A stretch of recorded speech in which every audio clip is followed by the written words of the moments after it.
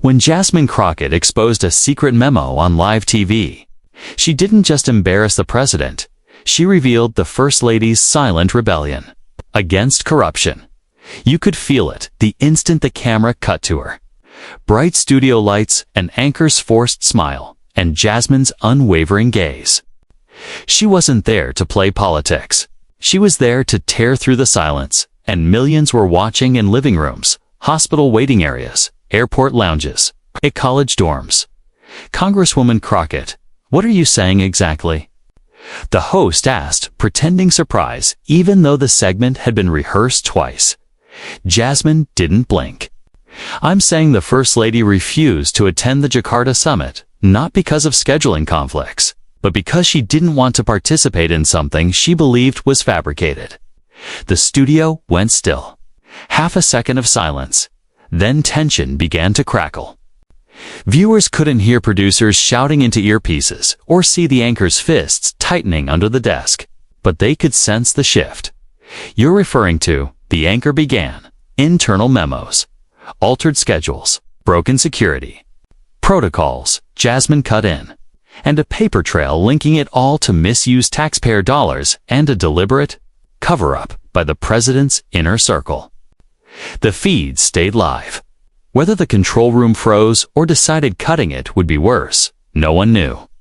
Jasmine opened a folder. Real documents, signed, stamped. Proof. She held up the first page. This is Melania Trump's security clearance adjustment request from 2 months ago. She asked to withdraw from the Indonesia trip, stating in writing that the visit's purpose had shifted to non-governmental priorities. The anchor tried again to interrupt. Jasmine kept going. Flight logs. 2 planes, 1 for delegates, 1 for personal use. The second made unscheduled stops in Switzerland for private banking meetings. Phones lit up. Screens recorded. Hashtags formed in real time. In a private dining room just off the West Wing, Donald Trump watched alone, squeezing the remote until his knuckles turned pale. Turn that off, he barked to no one. He hit mute instead. Jasmine laid out. More documents, dates, names, routing codes, all traceable. Trump stormed out of the room. Get my damn lawyer on the phone, he snapped at a staffer. Back in the studio, the host shifted in his chair. Congresswoman, are you implying the First Lady? I'm not implying, Jasmine said. I'm reading from a congressional oversight request. Melania Trump withdrew because she didn't want her name used to justify backdoor transactions. And I'm not done. By the time the segment ended, Twitter had exploded. Hashtag Crockett was right hit, trending within the hour. Late-night shows scrambled to rewrite monologues. Somewhere in Pittsburgh, a retired Air Force vet said quietly to his TV, "She's got guts." In Tempe, Arizona, a political science major began filming a TikTok, repeating her words word for word. In less than 7 minutes, Jasmine Crockett had shifted the national conversation. And 6 days before that broadcast, she had been sitting alone in a black sedan outside a small law office in Fredericksburg, Texas. No staff, no cameras. Just the weight of what she was about to reveal. A man in a wrinkled beige suit stepped out from the building. Mid-50s, heavy-set, with thinning, uneven hair. He didn't wave, just gave a single motion with his hand. Jasmine got out of the car and followed him inside. The office smelled faintly of old files and microwaved coffee. Without a word, he locked the door behind her and drew the blinds halfway. "You sure you want to see this?" he asked. "Once it's in your head, it stays there." Jasmine didn't flinch. "Show me." He slid a thick accordion folder across the desk. Her fingers rested on the edge. "Where did it come from?" she asked. His face stayed still. "Don't know her name. She worked logistics foreign travel liaison. I think she was part of the prep team for Jakarta." She said she couldn't stay quiet. Jasmine opened the folder. The first page was a memo to the office of the First Lady, bold. Sharp wording marked up with red-lined edits.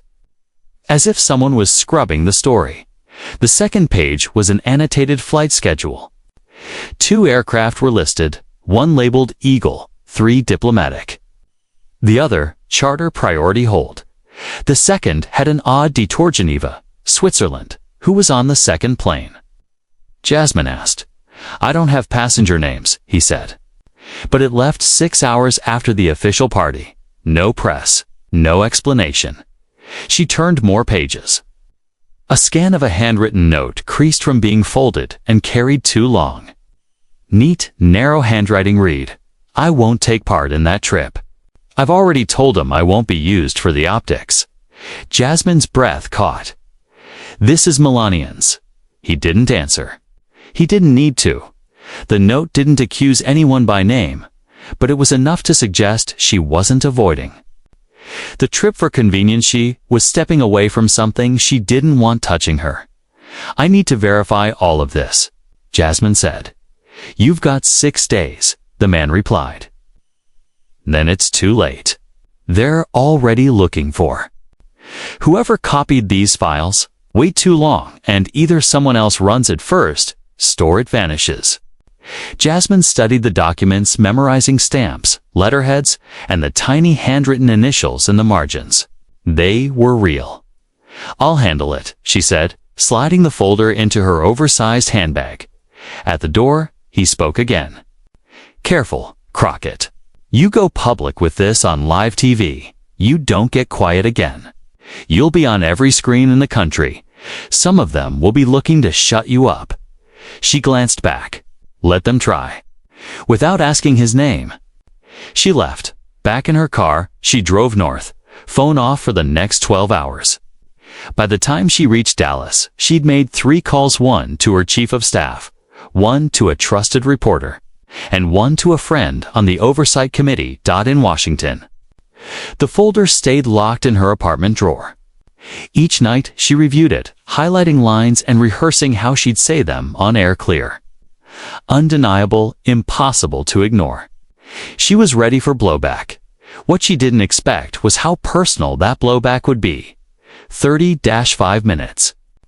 After Jasmine Crockett's live segment aired, the White House communications office was in chaos, phones ringing non-stop, inboxes filling, alarms tripped by mistake. Upstairs, Trump paced the Oval Office like a man cornered in his own home. He'd already yelled at 3 people, thrown a folder to the floor, and snapped a pair of reading glasses in half. She's lying, he muttered. She doesn't have anything. Hope Kelton, his senior legal advisor, didn't look up from her notepad. Sir, respectfully, those documents didn't look fake.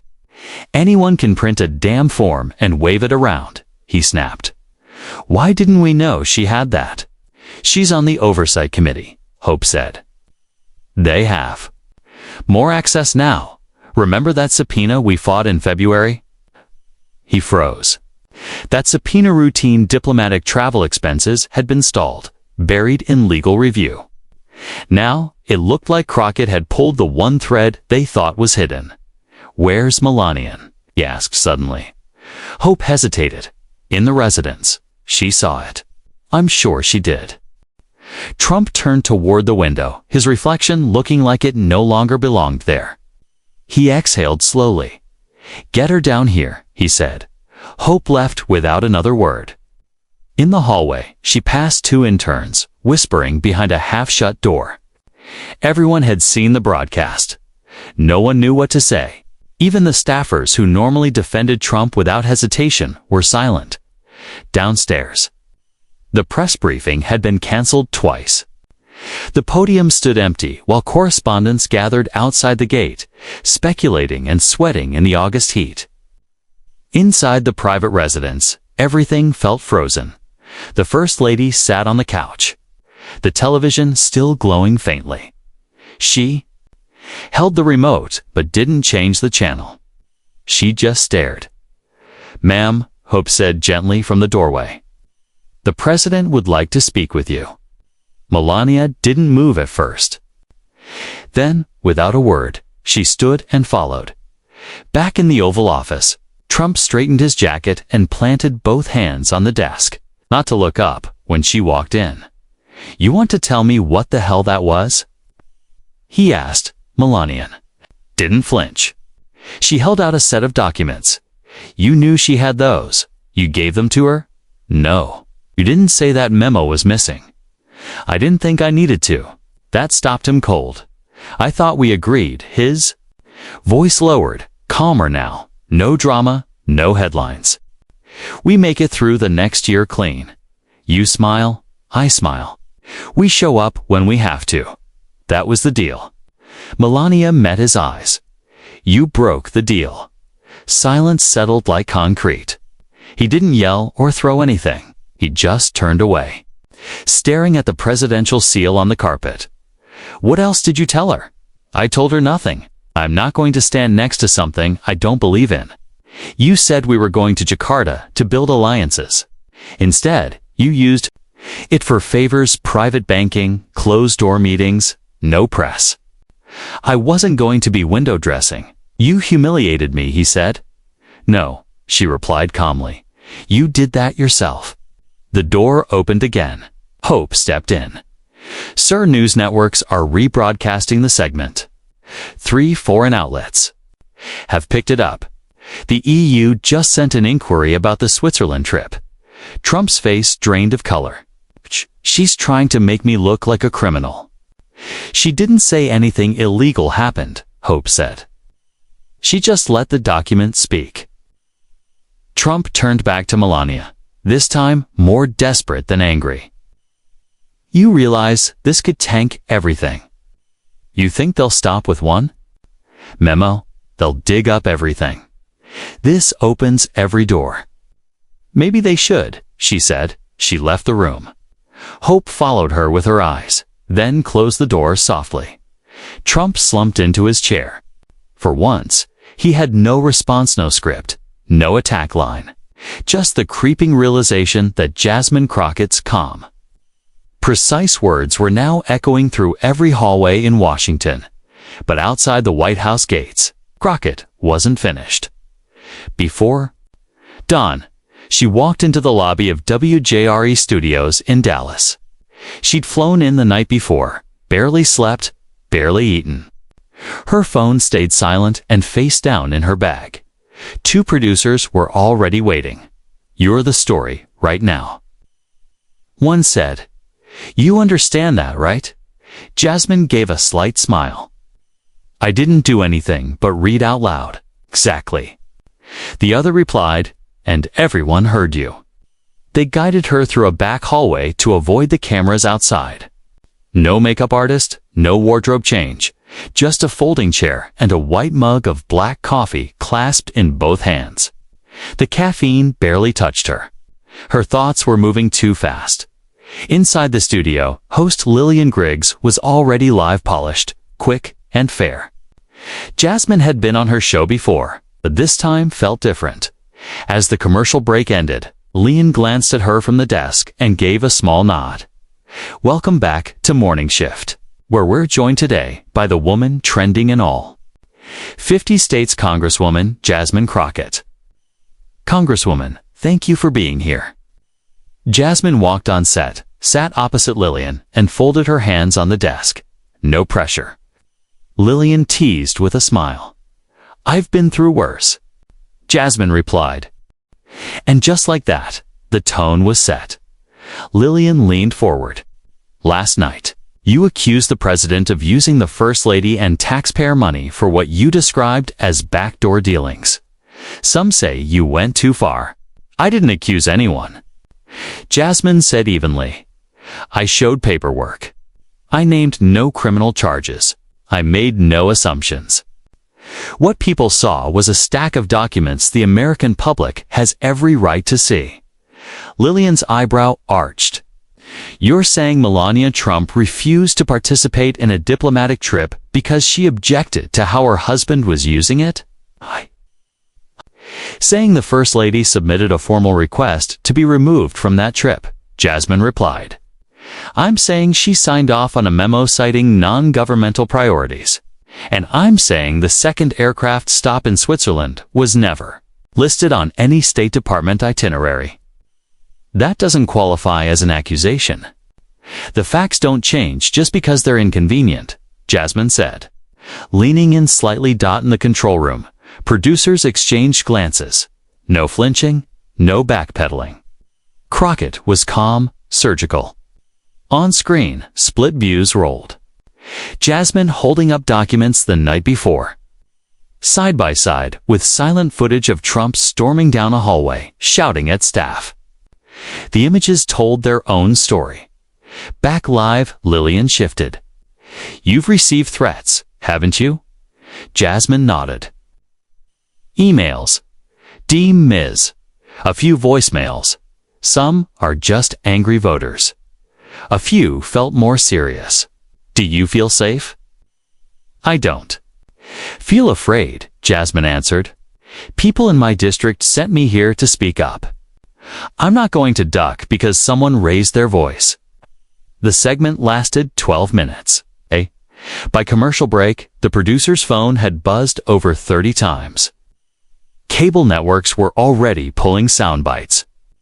Morning radio hosts were quoting her in real time. I'm not afraid of facts was already trending as she stepped off set. A young staffer handed her a printout. What's this? Jasmine asked. Comments from the live stream. We filtered out the worst stuff. Figured you might want to see the rest. She scanned the page. Dozens of messages, some angry but far more supportive. I didn't know who Crockett was before. This. Now she's the only one I trust. That woman's got receipts. Finally, someone said it out loud. She's not even raising her voice, and she's shaking the building. Jasmine folded the paper, slipped it into her bag, and walked outside. The press swarmed. Questions flew. She offered no answers, just a small wave and a steady walk to the black SUV waiting at the curb in the back seat. Her phone vibrated. For missed calls from a blocked number. One voicemail. She hit play on speaker. Jasmine, this is bigger than you know. If you go to that hearing next week, they will come for you. That's not a guess. That's a promise. She stared. Out the window, the Texas skyline sliding past in silence. Threats weren't new. This time, she had something they didn't. Proof. Back in D.C. Tucked away on the third floor of a quiet rental office off M Street, Jasmine sat with senior aide. DeAndre Wexler, going page by page through the documents again. They didn't speak much. Every word carried weight. DeAndre pointed at the margin of a scanned memo. This initial, that's Karina Drell, right? Melania's chief of staff? Jasmine nodded. Matches everything I've got on file. Handwriting, signature, all of it. He lifted another sheet, stamped in bold, internal clearance approval, Class B, diplomatic travel. This wasn't supposed to be public. Nope, Jasmine said. That's why we're in this office, instead of my Hill office. I'm not risking one of these getting misplaced. The stack on the table was overwhelming. Time-stamped emails forwarded to obscure staff to throw off tracking. Expense reports flagging unusually high personal care. Reimbursements during government-funded trips. One page stopped DeAndre cold. He tilted it, scanning the dense text. This one mentions a company. Delron Logistics. That's not federal, is it? No, Jasmine said. It's private, and it's the one contracted for the secondary flight. The one that made the Geneva stop. DeAndre exhaled. Jesus. Jasmine rubbed the bridge of her nose. It's all right there, DeAndre. All of it. If this were anyone else. They all knew the truth. If this were anyone else. There'd already be an ethics inquiry, a press swarm, and cameras waiting at the podium. But because it was him, they thought they could bury it under lawsuits and noise. DeAndre leaned forward, forearms on the table. Have you talked to anyone else on the committee willing to back this? In the hearing. Couple, Jasmine replied. Merritt, maybe she's been watching this White House from day one, possibly Jenner from Oregon. But no one wants to be the second name on something like this. They're all waiting to see if I sink or swim. A knock at the door cut the conversation short. Jasmine cracked it open. A delivery man handed over a plain manila envelope. No name, no return address. She shut the door, sat back down. "What now?" DeAndre asked. Jasmine slid the flap open. Inside were 3 glossy photographs. One showed a woman in dark sunglasses stepping off a plane in Geneva. Another, a black vehicle waiting at a private hangar. The third, a bank. Lobby. DeAndre squinted. "That's Zurich International Bank. And that woman, wait, is that Melania?" Jasmine shook her head. "No, that's her personal assistant, the one they claimed was on medical leave that week." "So, she wasn't on leave?" "Nope." Attached was a printed itinerary marked confidential. One line read, "Meeting with Ebb and SEC deposit, act of final signature." "Ebb, key?" DeAndre asked. "Could be Erickson Bergman," Jasmine said. "Swiss attorney. Handled quiet asset transfers for major GOP donors a few years back." They stared at the documents for a long moment. "This is deeper than I thought," DeAndre muttered. "Which means it's working," Jasmine replied. She knew the next hearing would be different. Cameras locked in. The committee chair rushing. Her through. But she wouldn't be walking in empty-handed. The last page in the envelope made her pause. "This one's not from Geneva," she said. "What is it?" "A log entry from Andrews Air Force Base, dated 2 days before the Jakarta trip. It says, flight crew temporarily reassigned per FLOTUS request. No reason given. She reassigned the crew." "Looks like it." Tandra frowned. "So Melania changed the flight crew for a mission she didn't even go on." Jasmine didn't answer right away. She studied the page like it might speak. Then, slowly, they didn't just want to avoid the press. They wanted to make sure no one saw who or what was on that plane. Silence lingered. Jasmine gathered the pages into a fresh folder. "I need to call Merritt and make 3 backups, different locations." "I'll handle it," DeAndre said. Already opening his laptop, Jasmine moved to the window. Outside, traffic crawled. People walked to work. Life carried on. Most had no idea what was happening behind these doors, but someone else did. And they were about to make contact. 3 days before the hearing, Jasmine Crockett's name was splashed across every major headline, not as a politician or a rising congressional voice, but as a threat. The backlash hit fast. That morning, a letter arrived at her D.C. apartment, hand-delivered, Department of Justice, seal. Inside, notice of a preliminary review for potential mishandling of classified materials. A warning shot. She read it twice, unfazed, then handed it. To DeAndre, "They're trying to scare me off. This doesn't even make sense," he said. "Nothing you've shown was classified. They just want the headline. So when I walk into the hearing, the media's already muddy. Do we go public? No. We wait. Let them talk. We keep working." That afternoon, an ethics committee meeting was abruptly postponed. No explanation. Jasmine knew why. Backroom. Calls, deals, threats. She'd seen it all before, in politics, in courtrooms, in boardrooms. It was the oldest trick in the book. Bury your opponent in noise and hope. They drown. But Jasmine wasn't drowning. She was digging. Late that evening, she was reviewing old White House press briefing transcripts when DeAndre rushed in, phone in hand. "Someone wants to speak to you," he said. Wouldn't give a name, just said you'd know when you heard the voice. Jasmine hesitated, then took the call. Silence, then a low, clear voice. "I can get you proof of what was in those Zurich bank meetings." She froze. "Who is this?" "I'm not here to play games, Congresswoman. I used to work in Treasury's Foreign Operations Unit. I saw the records. Those transfers were made under diplomatic protection. That's not legal. Exactly. And I've been watching. And you're the first person they're afraid of? Why me? I asked. Because you're not angling for a book deal, the caller replied. You actually want the truth out, and that scares them more than anything. He gave her a name, probably fake, a burner number, and a time. You'll get an encrypted file in your inbox before the hearing. Do what you want with it. Then the line went dead. Jasmine stood still, phone in hand, her thoughts racing. Across the room, DeAndre watched her carefully. He says he can prove what the bank meetings were for, transfers made under diplomatic protections, he told her. That's huge, she said. If it's real. For the next hour, she locked down her files, added extra passcodes, and called to trusted tech experts from her days in state politics.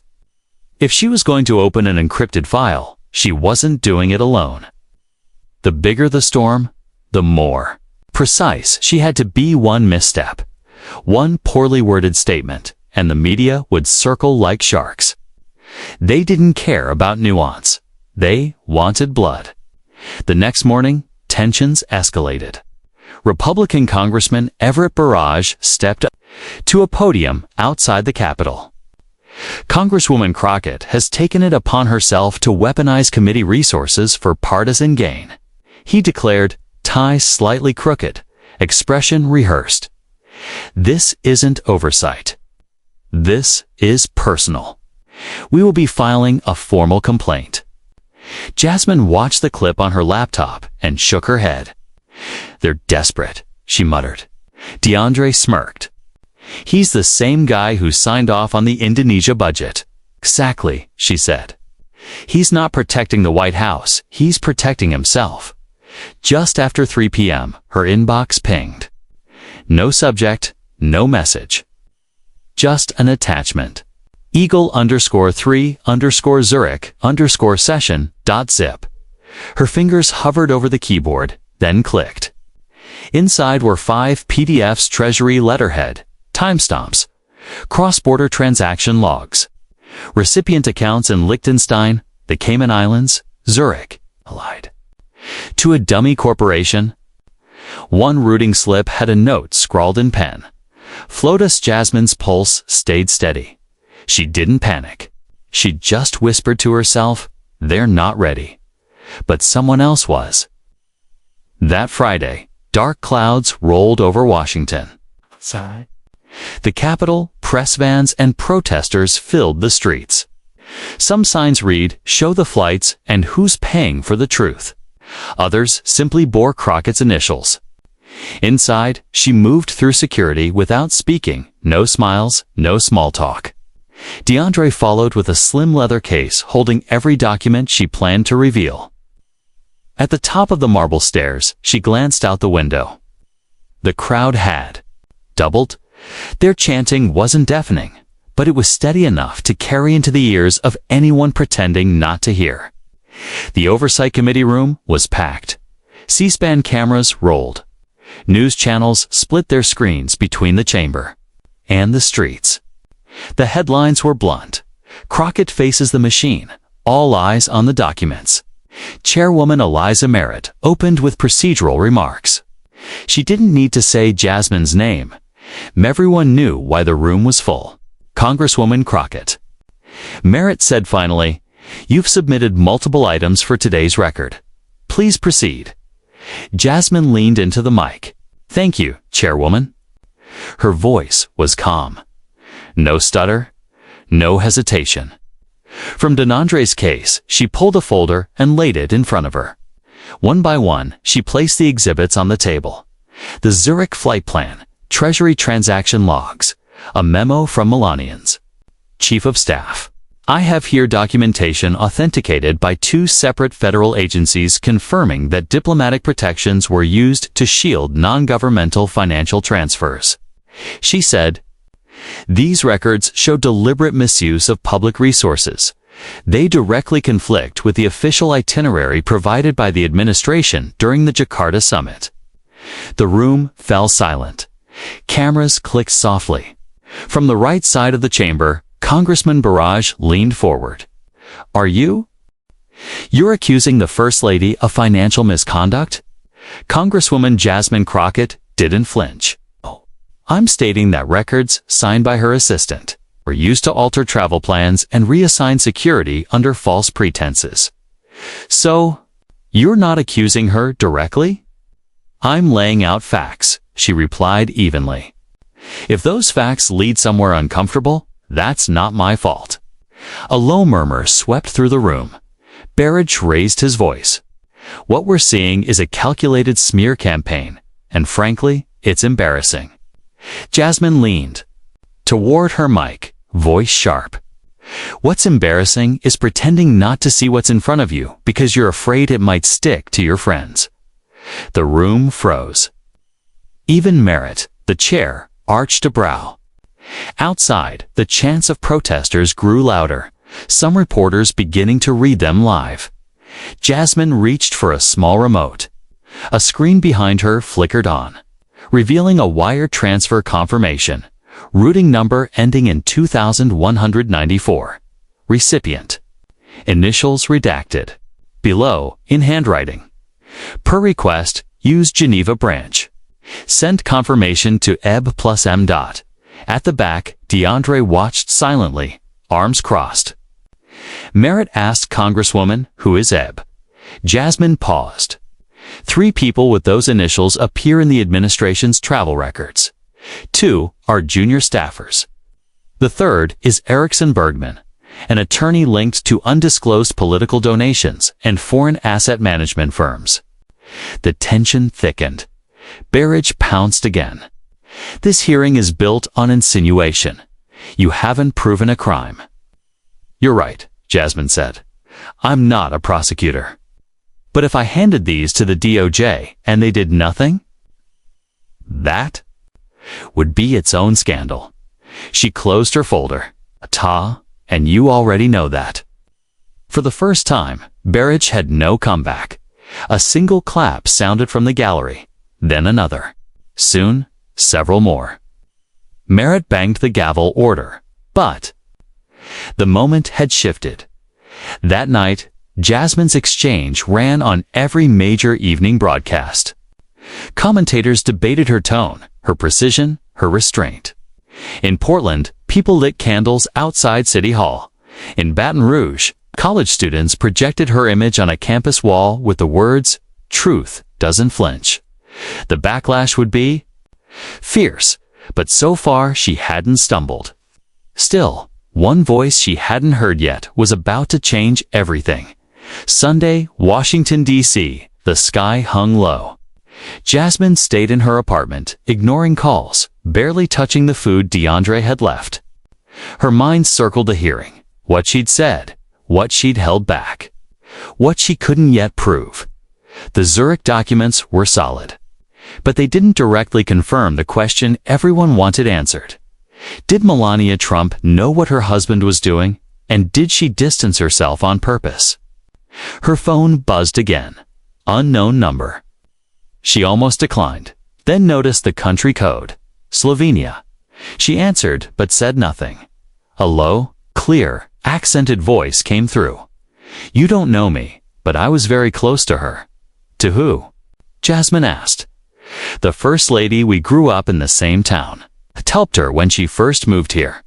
She cut most ties years ago, but I kept some things. Jasmine's pulse quickened.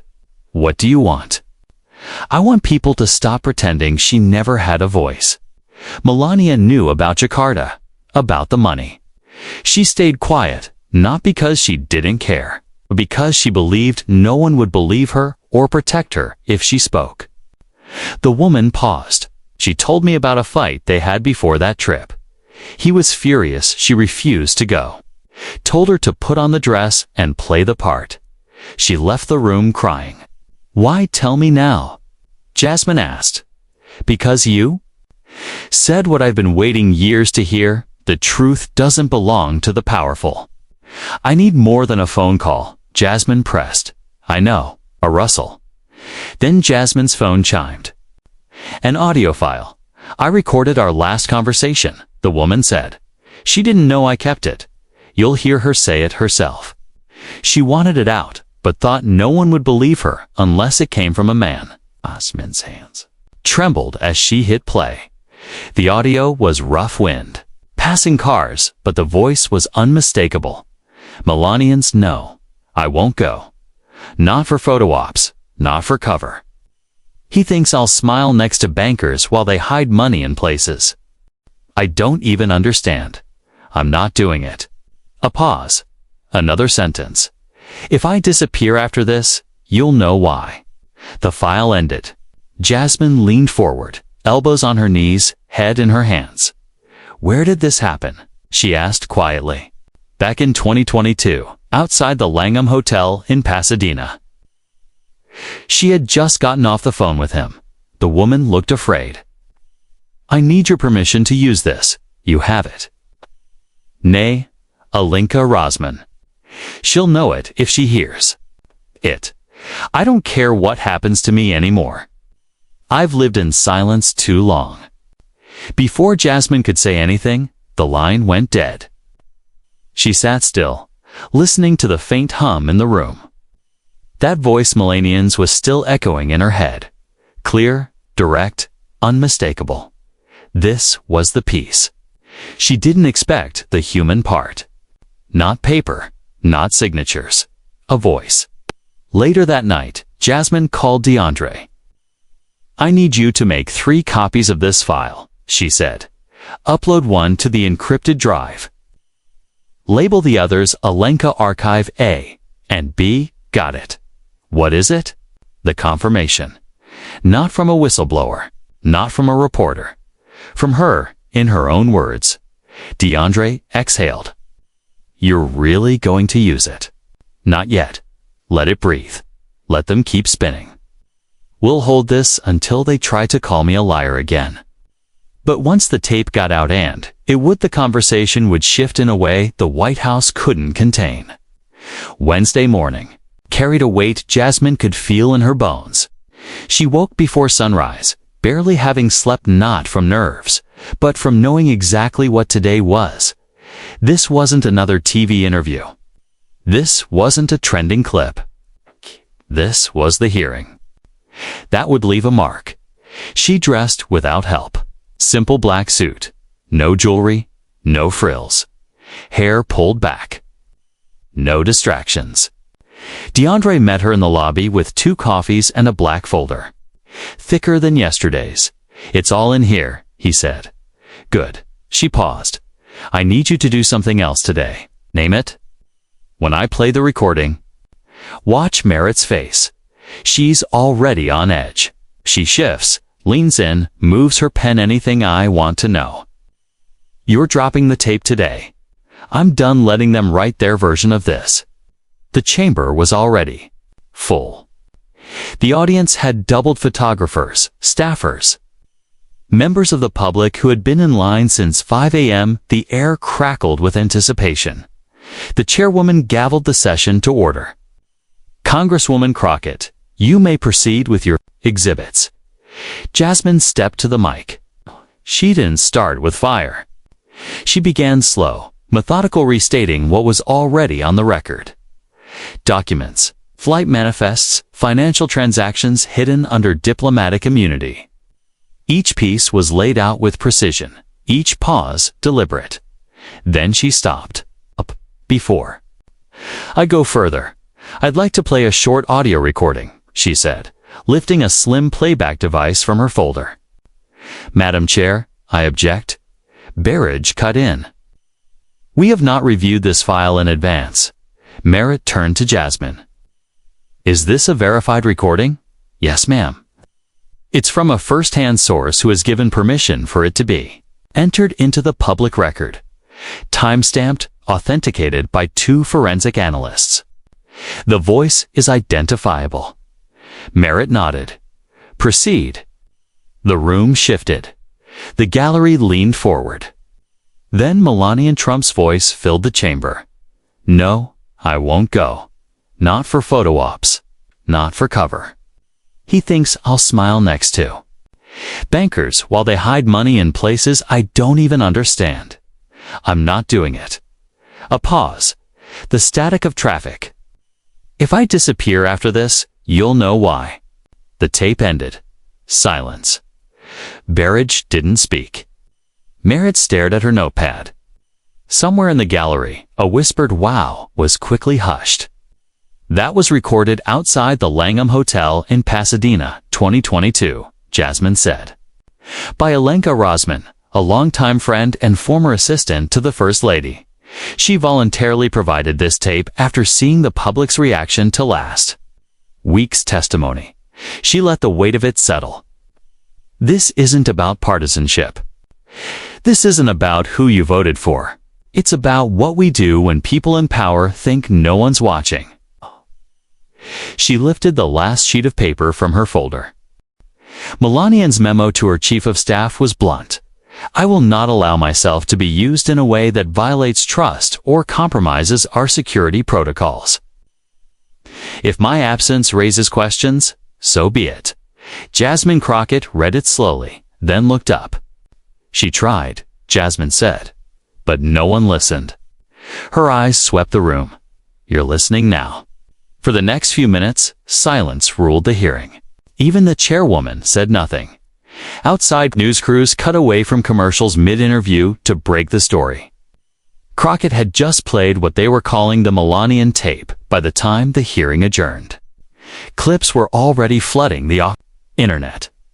Every major outlet, Fox, MSNBC, BBC, ran the same headline. First Lady in secret recording, refuses to support Trump's financial moves. Inside the White House, Press Secretary Nadine Floor stepped to the podium. We have not authenticated that recording, she said. The First Lady has no comment. When a reporter shouted, "Is the voice hers?" Nadine dodged. That silence spoke louder than any answer. Crockett didn't stop to speak with reporters. She didn't need to. Public opinion had already shifted, not because of loyalty or spin, but because a voice that had long been ignored finally had a microphone. But Jasmine knew this wasn't over. Silence fades. Retaliation follows. By Monday, the world felt heavier. The tape was everywhere, dissected word by word, frame by frame. Linguists analyzed the voice. Panelists debated Melania's intent. Some accused her of staying complicit too long. Others said she had spoken the only way she could. Jasmine declined interviews, issued a single written statement. The documents and testimony have been submitted to the appropriate oversight authorities. I trust the American people to decide what leadership should look like. Behind closed doors, she met with federal attorneys, ethics officials, and lawmakers who had once kept their distance. What began as political drama was now a test of courage. On Thursday, Trump addressed the nation. From the White House lawn, no teleprompter, no questions. The First Lady has done nothing wrong, he said, jaw tight. These attacks are politically motivated and deeply disrespectful. We will not be intimidated by false narratives. He didn't name Jasmine. He didn't have to. She watched, unmoved, later that night. Her team received a packet from a Baltimore Ledger journalist, emails between a Treasury official and someone labeled it, discussing backdated approvals for diplomatic travel tied to the Jakarta trip. The machine was still running, still covering tracks, but the public had already shifted in Des Moines. A retired teacher told a reporter, "I don't care what party she's in." That Crockett woman told the truth, and that matters more than loyalty. In Phoenix, high school students launched a campaign demanding records of all executive travel since 2021. In Washington, murmurs of respect began in rooms Jasmine had never been invited into before. Still, she knew better than to celebrate. She'd won a round, not the war. That weekend, on her back porch in D.C., her mother asked, "You ever think about backing off?" "All the time," Jasmine said. "So why don't you?" She looked out at the quiet alley. "Because when I was 19, I watched a man lie under oath and get promoted." Because when I was 25, a woman lost her job for exposing a contractor who stole city funds. And because Melania Trump, whatever you think of her, tried to stop something wrong and the system acted like she never spoke. Her mother nodded. That's enough reason.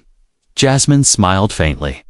There'll be more hearings, more records, more people trying to flip the narrative. Then you'd better keep talking, her mother replied. That was the plan. Jasmine wasn't in it for headlines, campaigns, or legacy, but to show what accountability looks like without press release polish. Because truth doesn't shout. It waits in files, in voicemails, in quiet conversations until someone has the courage to bring it forward. And when it does, it speaks for itself. If this story moved you, talk about it. Ask questions. Hold leaders accountable on both sides. Stay awake. The next Jasmine might already be in your neighborhood, waiting for her moment.